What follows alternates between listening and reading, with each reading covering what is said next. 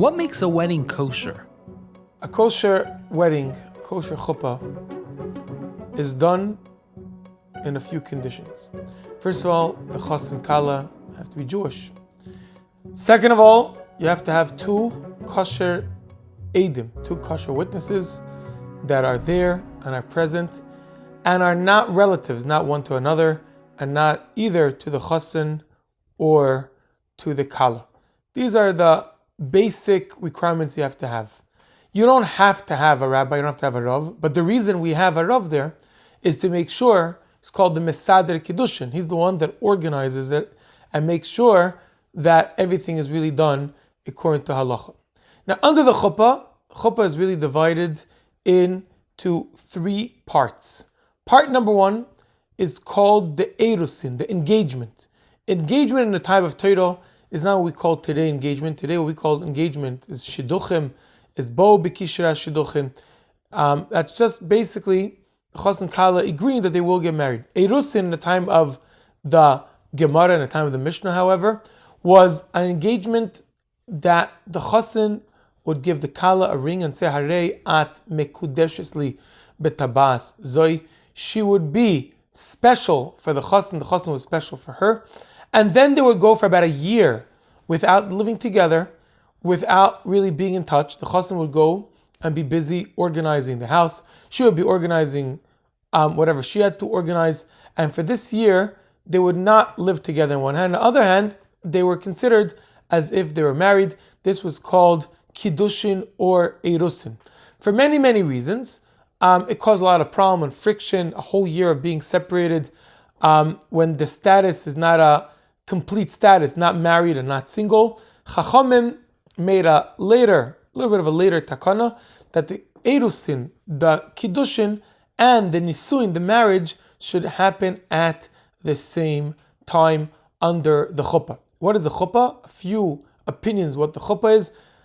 Practically speaking, we do them all. One thing about the chuppah is what we call the badekin, the covering of the kala. That's one part of the chuppah. Second part of the chuppah is that piece of material held by four poles that the chas and kala come under. That's another thing called the chuppah. Third thing, chuppah or nisuin, is the sheh brachas that are recited under the chuppah during the time of the marriage. And there's a fourth opinion that says that the chuppah is cheder yichud, when the chas and kala are able to be together in one room after the chuppah is done. So as we said, the first part is called the nisuin, called the kiddushin. The third part is the part of the sheh brachas that are being recited. And in the middle, the second part is the part of reading the ksubah. The ksubah is a financial agreement between the chas and kala, and our sages chachamim said a person should not be living with his wife without them having a ksubah. That's why we make sure to sign the ksubah before the chuppah starts. So it shouldn't be a situation that from the chuppah you should go to cheder yichud without having a ksubah. And being that we have these two ceremonies, the kiddushin, the erusin, and the nisuin, the way that we do it is we read the ksubah in between to separate between the two ceremonies. So that's why the chuppah is the second part, which divides in the first and the third part. The first part is recited with a cup of wine. Just like by every other Jewish ceremony, you have a cup of wine, we say the first two brachas. Very interesting that this bracha should be really said by the chassan, the Beira Priyagofen and the Birkas HaErusin, the Birkas HaKiddushin.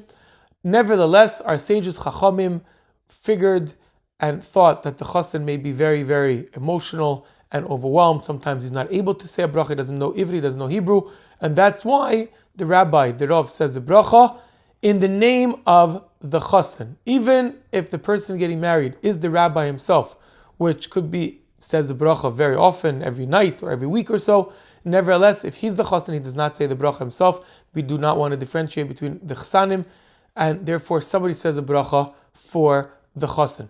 The middle part, the ksubah, we usually honor somebody to read the ksubah, and the third part, the sheh brachas, the custom is that we honor at least 6 people to say the brachas, but you could also, these brachas can be recited by someone, and by the end of the sheh brachas, after we finished drinking or finished saying the brachas on the second cup of wine, as we said, the first cup is by the kiddushin, second cup is by the nisuin, by the sheh brachas, we break the cup.